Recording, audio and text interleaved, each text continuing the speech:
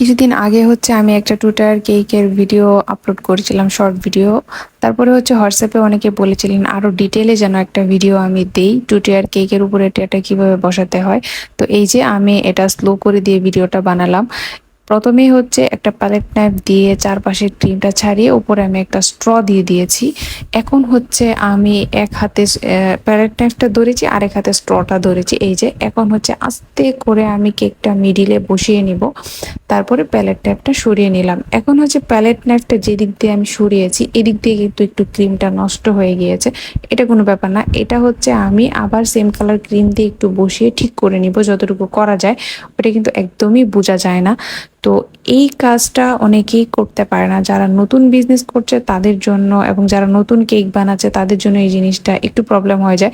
তো আমি আপনাদেরকে গ্যারান্টি দিয়ে বলতে পারি, এইভাবে যদি বসান নতুনরাও ইজিলি বসাতে পারবে। কিছুদিন আগে